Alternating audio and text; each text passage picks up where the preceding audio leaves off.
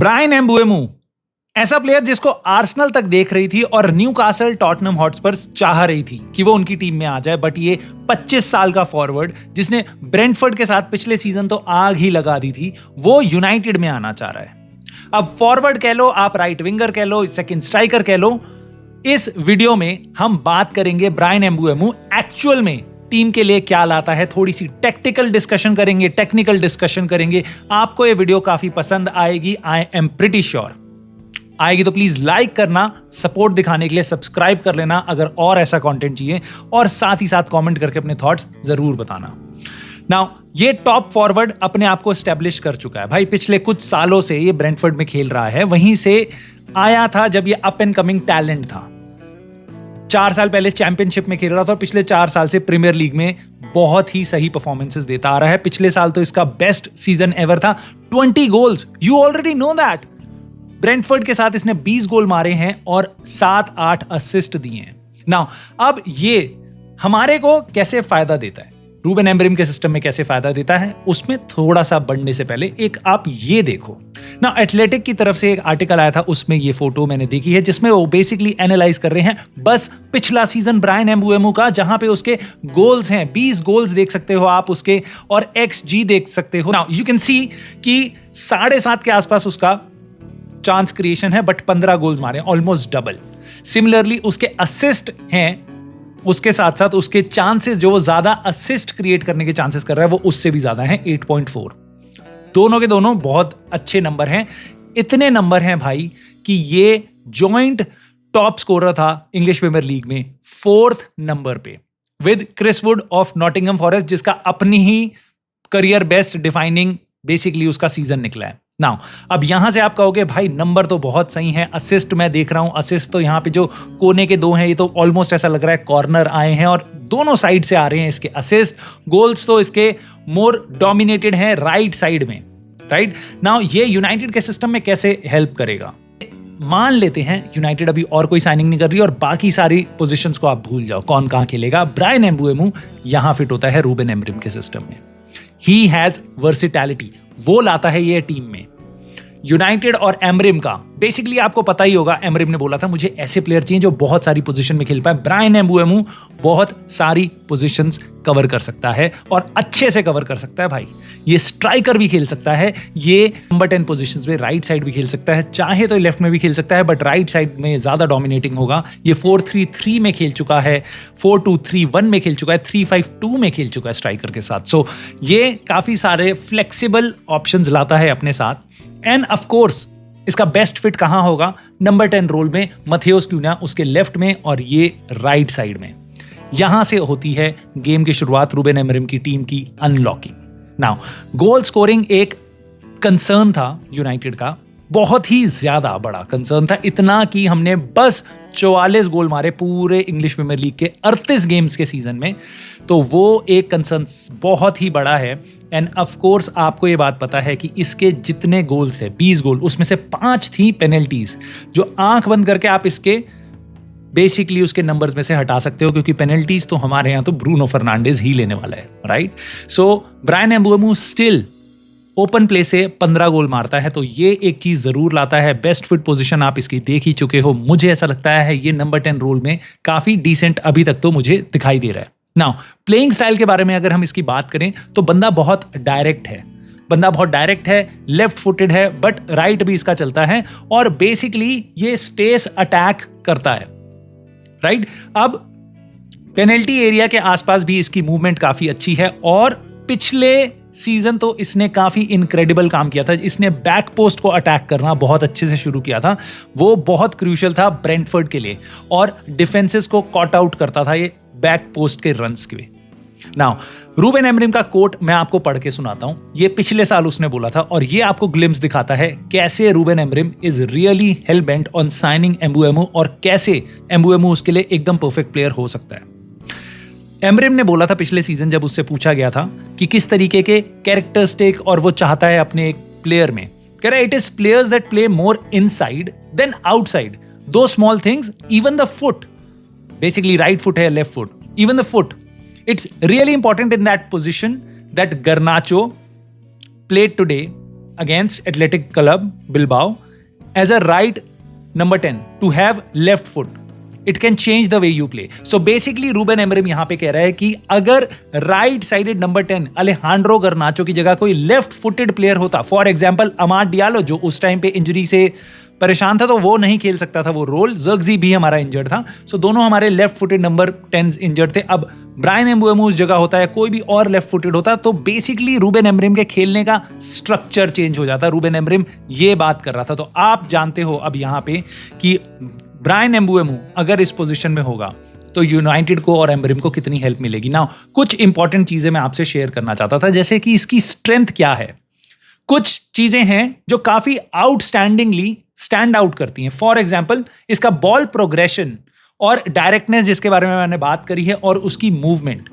So basically मैं कह रहा हूं कि बॉल लेके अपने साथ कैरी करना और किस डायरेक्शन में जाना। नाउ देयर आर प्लेयर्स जो इस पोजीशन में खेलेंगे और कुछ होते हैं जो अंदर आने की कोशिश करेंगे, कुछ होंगे जो बाहर जाने की कोशिश करेंगे। विंग पे हम विंग पे जाएंगे और क्रॉसेस मारेंगे, जो रूबेन एमरिम का खेलने का तरीका नहीं है, बहुत ज्यादा रिलाय करना क्रॉसेस पे, राइट।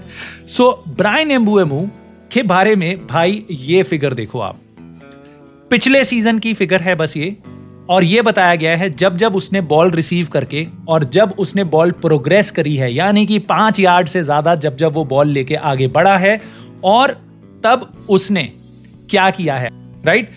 सो बेसिकली उसने 14 बार वो सीधा गया है आउटसाइड, यानी कि विंग में कॉर्नर फ्लैग की तरफ गया है, और सिमिलरली उतनी ही बार वो इनसाइड आया है, यानी कि डिफेंडर अगर आप हो तो आपको नहीं पता ब्रायन एम्बुएमो इस साइड जाने वाला है, इस साइड जाने वाला है। So it is really challenging for a defender कि मैं इसको बाहर का रास्ता दिखाऊं या अंदर का रास्ता दिखाऊं। ब्रायन एम्बुएमो दोनों चीजों के साथ बहुत कंफर्टेबल है, और 27 बार वो सीधा गोल पे गया है, which is like 50% of his runs. जहां पे उसने बॉल प्रोग्रेस करी है 5 यार्ड से ज्यादा, 50% वो सीधा गोल की डायरेक्शन में गया है, 25% वो एक्सटेंड करता है, डिफेंस को स्ट्रेच करता है, 25% इनसाइड आता है और डिफेंस को बेसिकली थोड़ा सा डिसऑर्गेनाइज करता है ओपोनेंट के डिफेंस को। So this is really good. अगर कोई आप एक मैनेजर हो, कोई टेक्नीशियन हो, तो प्रॉबेबली ये चीज आपको बहुत अच्छी लगेगी कि मेरे को ये प्लेयर दोनों चीजें देता है, तीनों चीजें देता है और फ्लेक्सिबल है। सो ये एक ऑफकोर्स स्ट्रेंथ है ब्रायन एम्बुएमो की।